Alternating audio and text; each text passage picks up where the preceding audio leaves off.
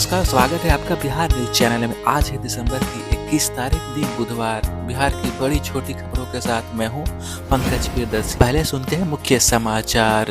बिहार सरकार की बड़ी घोषणा, 75,543 पुलिसकर्मी होंगे सीधे बहाल। यूपीएससी ने किया परीक्षा पैटर्न में भारी बदलाव और पटना जिले को 12 नगर निकायों को मिले नए अध्यक्ष। और जानेंगे बिहार का मौसम का हालचाल और बिहार की खेल की खबरों भी। समाचार विस्तार से जानने से पहले श्रोताओं, आपसे रिक्वेस्ट होगी कि आप कमेंट बॉक्स में नीचे लिख कर ये बताएं कि आप यह न्यूज़ बुलेटिन बिहार के किस जिले से सुन रहे हैं। अब समाचार विस्तार से। बिहार लोक सेवा आयोग बीपीएससी ने संयुक्त प्रतियोगिता परीक्षा प्रारंभिक व मुख्य के पैटर्न और सिलेबस में व्यापक बदलाव किया है। आयोग ने यह बदलाव संघ लोक सेवा आयोग यूपीएससी का अनुसरण करते हुए किया है। इससे सिविल सेवा की तैयारी करने वाले अभ्यर्थियों को काफ़ी फायदा होगा और वे लगभग एक ही सिलेबस के आधार पर यूपीएससी और बीपीएससी की परीक्षाओं की तैयारी कर पाएंगे। विशेषज्ञों का मानना है कि इससे राज्य के छात्रों को काफ़ी राहत मिलेगी। यूपीएससी के रिजल्ट में भी सकारात्मक बदलाव दिखेगा। आयोग ने इस संबंध में अधिसूचना अपनी वेबसाइट पर भी जारी कर दी है।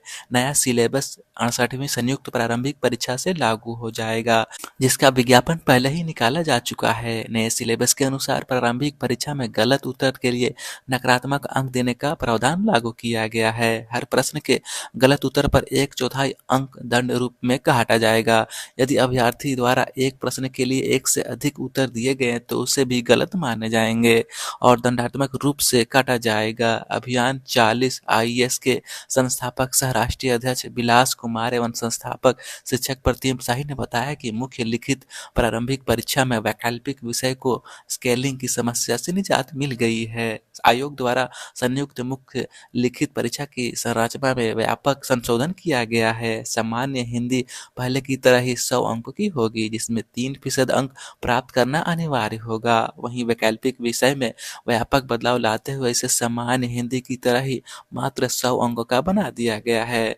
यही नहीं, वैकल्पिक विषयों के अंक में मेधा निर्धारण में नहीं जोड़े जाएंगे। इसमें क्वालिफाई करने के लिए मात्र 30% अंक प्राप्त करने होंगे। वहीं मुख्य परीक्षा में 300 अंक के निबंध का पेपर जोड़ा गया है। इस तरह अब कुल 3 पेपर कुल 900 अंक के आधार पर मेधा का निर्माण होगा। इनमें से 300 अंक का सामान्य अध्ययन पेपर 1 और 300 अंक का सामान्य अध्ययन पेपर 2 तथा 300 अंक का निबंधन का पेपर होगा। विदित हो कि इससे पहले 60वीं व 62वीं सम्मिलित संयुक्त प्रारंभिक परीक्षा पाठ्यक्रम में संशोधन किया गया था। मुख्य परीक्षा में अनिवार्य विषय में सामान्य अध्ययन पेपर 1 और पेपर 2 300 अंकों तथा वैकल्पिक विषय भी 300 अंक का हल कर दिया गया था।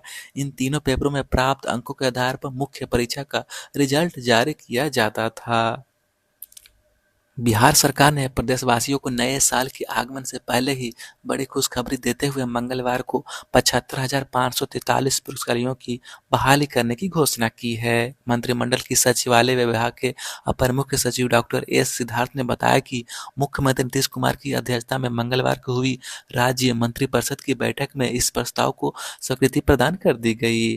डॉक्टर सिद्धार्थ ने बताया कि सरकार ने बिहार पुलिस के सुदृढ़ीकरण के लिए राष्ट्रीय औसत के अनुरूप बढ़ती जनसंख्या के अनुपात में आवश्यकता आधारित सीधी नियुक्ति के 48,447 पद सृजित किए जाने के प्रस्ताव को मंजूरी दे दी गई है। उन्होंने बताया कि सीधी नियुक्ति के तहत पुलिस अवर निरीक्षक एवं समकक्ष के 20,937 सिपाही एवं समकक्ष के 22,010 और सिपाही चालक के 5,500 पद सृजित किए जाएंगे। अपर मुख्य सचिव ने बताया कि emergency response security system IRS के तहत द्वितीय चरण में 19,288 पद सृजित किए जाने की स्वीकृति दी गई है।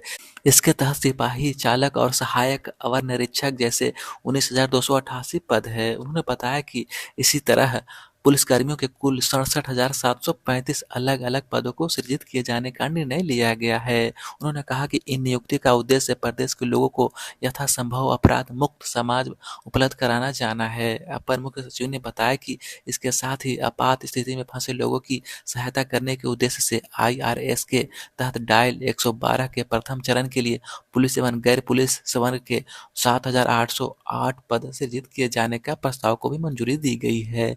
इस तरह सरकार ने प्रदेश में कुल 75,543 पुलिसकर्मियों की नियुक्ति का रास्ता साफ कर दिया है। ये नियुक्तियां अलग अलग चरणों में होगी। डॉक्टर सिद्धार्थ ने बताया कि आईआरएस के तहत डायल 112 में आज के दिन में किसी पद का सृजन नहीं हुआ है। पुलिस मुख्यालय के कार्यबल से ही इसमें कर्मियों की प्रतिनियुक्ति की गई है। इनमें 2 चरण में बहाली हो जाएगी। पहले चरण के तहत नियुक्ति कर डायल 112 के मौजूद कर्मियों को रिप्लेस किया जाएगा। हर जिले में 112 की सुविधा उपलब्ध कराने के लिए द्वितीय चरण में इसका विस्तार किया जाएगा।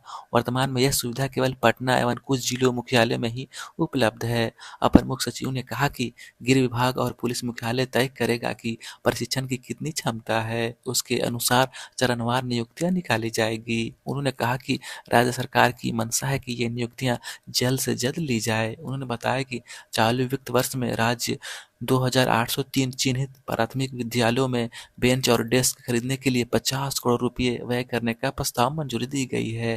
उन्होंने बताया कि इन विद्यालयों में बेंच डेस्क प्रत्येक पंचायत गठित विद्यालय शिक्षा समिति के माध्यम से खरीदा जाएगा। प्रदेश में पहले चरण में 156 नगर निकायों में 3,658 पदों पर रविवार को हुए चुनाव की मतगणना मंगलवार को कड़ी सुरक्षा में हुई। नतीजों के अनुसार यहां बड़े पैमाने पर युवाओं ने जीत दर्ज की है। वहीं कई पुराने दिग्गजों का हार का सामना करना पड़ा है। पटना जिले की बात करें तो यहां 12 नगर परिषदों और नगर पंचायतों को अध्यक्ष, उपाध्यक्ष और पार्षद मिल गए। पटना नगर निगम का चुनाव दूसरे चरण में होना था, जबकि नगर परिषद समचक बंसौढ़ी, बाढ़, खगौल, दानापुर, निजामत, मोकामा, फुलवारीशरीफ, फतुहा इत्यादि नगर पंचायत, पालीगंज और पुनपुन नगर में निकाय के चुनाव पहले चरण में हुए थे। राज्य निर्वाचन आयोग ने कहा कि प्रथम चरण के 37 जिलों में स्थापित मतगणना केंद्रों पर सुबह 8 बजे से मतगणना शुरू हुई। उसके पूर्व में सभी वर्जगृह में लगे डिजिटल लॉक को सही समय पर खोला गया। महज कुछ घंटों में ही चुनाव के नतीजे जारी कर दिए गए। बिहार के कृषि मंत्री कुमार सर्वजित ने कहा कि केंद्र सरकार बिहार को समय पर निर्धारित मात्रा में खाद की आपूर्ति नहीं कर रही है, जिस कारण किसानों को कठिनाई हो रही है। वर्ष 2022-2023 में रबी मौसम में माह अक्टूबर से दिसंबर तक की कुल आवश्यकता के आलोक में 19 दिसंबर तक यूरिया 63%, डीपी 84% और एमओपी 55% की आपूर्ति की गई है। वर्ष 2022-2023 में बिहार में खरीफ मौसम में उर्वरकों की कुल आवश्यकता के आलोक में भारत सरकार द्वारा यूरिया 94%, डीपी 75% और एमओपी 59% की आपूर्ति की गई थी। जब फसलों के लिए यूरिया एवं डीएपी की जरूरत पड़ती है, तब एवं आवंटन रहने के बावजूद भारत सरकार द्वारा बिहार को जरूरत के अनुसार यूरिया एवं डीएपी उपलब्ध नहीं कराई जाती है। खरीफ 2022 में कुल 8,633 उर्वरक प्रतिष्ठानों पर छापेमारी की गई है, जिसमें 120 उर्वरक प्रतिष्ठानों की विरुद्ध प्राथमिकी दर्ज की गई है। राजद प्रवक्ता चित्तरंजन गगन ने राष्ट्रीय मानवाधिकार आयोग की स्वायत्तता पर सवाल उठाते हुए कहा कि केंद्र की अन्य स्वायत्त संस्थाओं की तरह राष्ट्रीय मानवाधिकार आयोग भी अब केंद्र की अन्य स्वायत्त संस्थाओं की तरह सेलेक्टिव हो गई है। इसका ध्यान उन राज्यों पर नहीं जाता जहां भाजपा की सरकार है या वे भाजपा में शामिल हैं। राज्य प्रवक्ता ने कहा कि जहरीली शराब पीने से बिहार में हुई दुर्भाग्यपूर्ण मौतों पर राष्ट्रीय मानवाधिकार आयोग द्वारा बिहार सरकार को नोटिस जारी करना न केवल उसके संवैधानिक रूप के विरुद्ध है, बल्कि उसे भाजपा की एक एजेंसी के रूप में स्थापित करता है। बिहार के छपरा जिले में जहरीली शराब पीने से 70 लोगों से ज्यादा लोगों की मौत का मामला मंगलवार को एक बार फिर से संसद में गूंज गया। इस मामले की जांच के लिए राष्ट्रीय मानवाधिकार आयोग की टीम छपरा का दौरा करने जा रही है, जिसे लेकर बवाल शुरू हो गया। राज्यसभा में कांग्रेस के नेतृत्व में विपक्षी दलों ने इस मुद्दे को उठाया और वॉकआउट कर गए। कांग्रेस के अलावा बिहार के सत्ताधारी पार्टी आरजेडी, जेडीयू ने इस मुद्दे पर हंगामा किया। यही नहीं, तृणमूल कांग्रेस ने भी इस मुद्दे पर एकता दिखाई। शून्यकाल में इस मुद्दे पर जमकर हंगामा हुआ। वहीं लोकसभा में यह मुद्दा उठाया और भाजपा सांसद रविशंकर के अलावा लोजपा रामविलास पासवान ने इस पर चर्चा की मांग की। कांग्रेस समेत 14 विपक्षी दलों ने बिहार में जहरीली शराब पीने से लोगों की मौत के मामले में राष्ट्रीय मानवाधिकार आयोग के कदम को लेकर मंगलवार को नरेंद्र मोदी सरकार पर तीखा प्रहार किया और नीतीश सरकार को समर्थन करते हुए कहा कि राजनीतिक विरोध को निशाना बनाने के लिए कई जांच एजेंसियां अब एनएचआरसी को भी सरकार का हथियार बना दिया है। विपक्षी दलों ने एक संयुक्त बयान में गुजरात, मध्य प्रदेश और भाजपा के कुछ अन्य राज्यों में जहरीली शराब से हुई मौतों के मामलों का उल्लेख किया और यह सवाल किया कि मानवाधिकार आयोग इस घटना को जांच क्यों नहीं किया। उल्लेखनीय है कि एनएचआरसी ने बिहार में जहरीली शराब से लोगों की मौत के मामले में मौके पर जांच के लिए टीम नियुक्त करने का फैसला किया है। आयोग रिपोर्ट में दावा किया गया है कि जहरीली देसी शराब के सेवन से अब तक 60 लोगों की मौत हो चुकी है।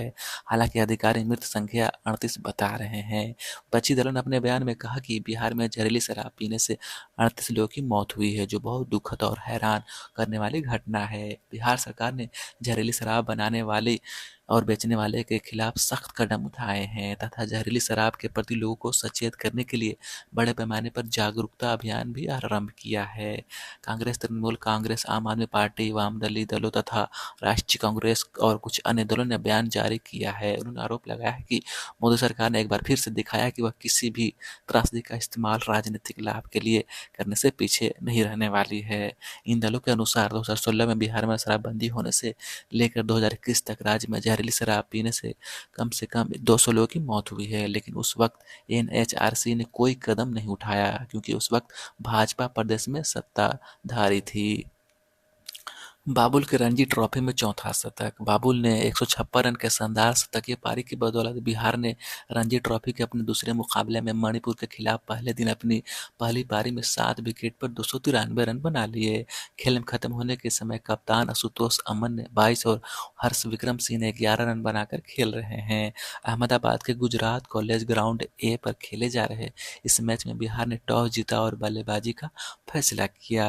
बिहार ने अपने टीम में बदलाव करते हुए पहले मैच के शतकवीर अधिराज जोहरी और शिवम एस कुमार की जगह बाबुल कुमार और शिवम सिंह को शामिल किया। बाबुल कुमार ने अपना चौथा रणजी शतक जमाते हुए बिहार को संकट से उबार दिया। उन्होंने भोजन के बाद पारी के 55वें ओवर में विकास की पहली गेंद पर 1 रन लेकर अपना शतक 150 गेंदों पर 14 चौके और 2 छक्के की मदद से पूरा किया।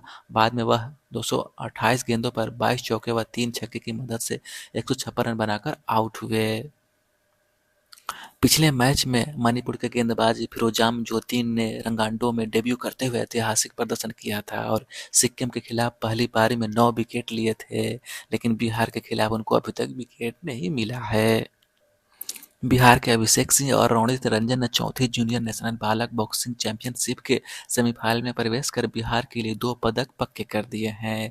पाटलिपुत्र खेल परिसर में चल रही प्रतियोगिता के 57 से 60 किलोग्राम वजन वर्ग में बिहार के अभिषेक सिंह ने मणिपुर के मैग्रथैम पुनसीबा सिंह को 3-2 से पराजित किया, जबकि 52 से 54 किलो वजन रोनित रंजन को मध्य प्रदेश के किशन दरोदिया ने वॉकओवर कर दिया। आगामी 22 से 28 दिसंबर तक इंदौर में आयोजित होने वाली दूसरी इंटर जोनल मास्टर क्रिकेट प्रतियोगिता में भाग लेने के लिए ईस्टर्न डायनामो टीम की घोषणा कर दी गई है। इसमें 50-50 ओवर के मुकाबले होंगे। इसमें 6 जोनल टीमें हिस्सा ले रही हैं। टीम की कमान बिहार के संजय रंजन सिंह को सौंपी गई है, जबकि झारखंड के अविनाश कुमार उप कप्तान होंगे। सीनियर राष्ट्रीय पुरुष एवं महिला कुश्ती प्रतियोगिता में भाग लेने के लिए बिहार की टीम की विशाखापट्टनम रवाना हो गई है। इसकी जानकारी बिहार कुश्ती संघ के महासचिव विनय कुमार सिंह ने दी है। कोल्लम केरल में 24 से 28 दिसंबर तक आयोजित होने वाली 68वीं सीनियर राष्ट्रीय बॉल बैडमिंटन प्रतियोगिता पुरुष और महिला में भाग लेने वाली बिहार टीम की घोषणा कर दी गई है। बिहार राज्य बॉल बैडमिंटन संघ के सचिव गौरी सिंह ने बताया कि दीपक प्रकाश और सोनाली कप्तानी करेंगे। इसी के साथ ही समाचार का यह बुलेटिन समाप्त होता है। नमस्कार।